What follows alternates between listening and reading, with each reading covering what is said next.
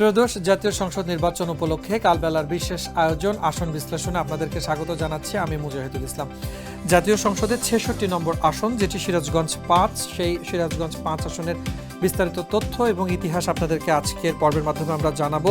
এই আসনটি সিরাজগঞ্জ জেলার বেলকুচি উপজেলা এবং চৌহালি উপজেলা নিয়ে গঠিত।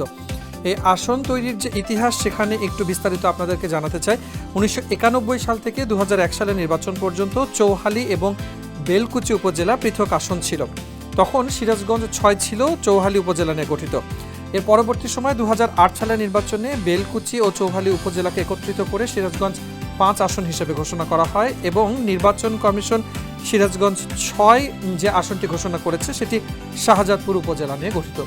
এই ছিল এই আসন গঠনের ইতিহাস। সর্বশেষ ২০২৬ জানুয়ারির আপডেটকৃত যে তথ্য, সেই অনুযায়ী এই সিরাজগঞ্জ ৫ আসনের সর্বমোট ভোটার এবারে ত্রয়োদশ জাতীয় সংসদ নির্বাচনে আছেন ৪,২৬,৩২১ জন, যেখানে পুরুষ ভোটার রয়েছেন ২,১৮,৬৬৪ জন, মহিলা আছেন ২,০৭,৬৫৫, অন্যান্য ভোটার আছেন ২ জন। এবারে এই আসনটি থেকে মোট প্রার্থী নির্বাচন করছেন ৬ জন, স্বতন্ত্র প্রার্থী 0। আমরা প্রতিটি পর্বেই যে প্রার্থীরা এবার ত্রয়োদশ জাতীয় সংসদ নির্বাচনে প্রতিদ্বন্দ্বিতা করছেন তাদের প্রতীক এবং তারা কে কোন দল থেকে নির্বাচন করছেন সেটির পরিচয় কিন্তু আপনাদেরকে করে দিয়ে থাকি। এক নজরে চলুন দেখে আসি যে প্রার্থীরা এবারে কারা রয়েছেন ত্রয়োদশ জাতীয় সংসদ নির্বাচনে। সিরাজগঞ্জ ৫ আসন থেকে আমিরুল ইসলাম খান বিএনপি থেকে ধানের প্রতীকে নির্বাচন করছেন। মোহাম্মদ আলী আলম ১১ দলীয় জোটের পক্ষ থেকে বাংলাদেশ জামাতে ইসলামী দাঁড়িপাল্লা প্রতীকে নির্বাচন করছেন। নুরুন নবী বাংলাদেশ ইসলামী আন্দোলন বাংলাদেশ থেকে হাত পাখা প্রতীকে নির্বাচন করছেন।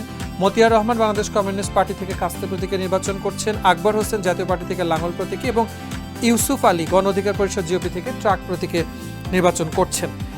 এই ত্রয়োদশ জাতীয় সংসদ নির্বাচনের পূর্ববর্তী সময়ে বাংলাদেশে ১৯৯১ থেকে ২০২৪ এই সময়কাল সর্বশেষ দ্বাদশ যে নির্বাচন ছিল, এই নির্বাচন পর্যন্ত ফলাফলগুলো আমরা প্রতিটি পর্বে এক নজরে জানিয়ে দিই, যেখান থেকে একটি ধারণা পাওয়া যায় যে কারা কোন সময়ে আসলে বিজয়ী হয়েছিলেন এবং বাংলাদেশের রাজনৈতিক ইতিহাসের সাথে যে দলগুলো জড়িত কে কোন আসনগুলোতে সেই সময়ে বিজয়ী ছিলেন।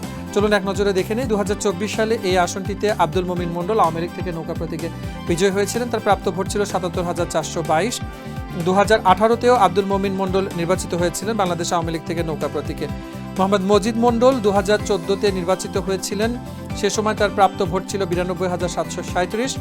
জনাব মোহাম্মদ আব্দুল লতিফ বিশ্বাস, তিনি বাংলাদেশ আওয়ামী লীগ থেকে নৌকা প্রতীকে নির্বাচিত হয়েছিলেন, তার প্রাপ্ত ভোট ছিল ১,১৯,৫৮২।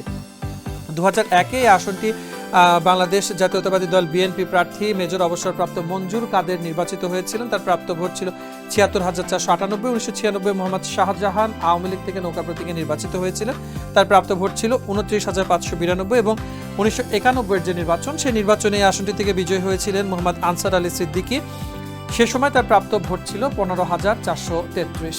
আসন ভিত্তিক তথ্য বিশ্লেষণের আজকের পর্বের এই ছিল যাবতীয় তথ্য। দেখা হবে নতুন আরেকটি পর্বে, থাকবে নতুন একটি আসন এবং সেই আসনের বিস্তারিত তথ্য, আর সেটি জানতে চোখ রাখুন কালবেলাতে।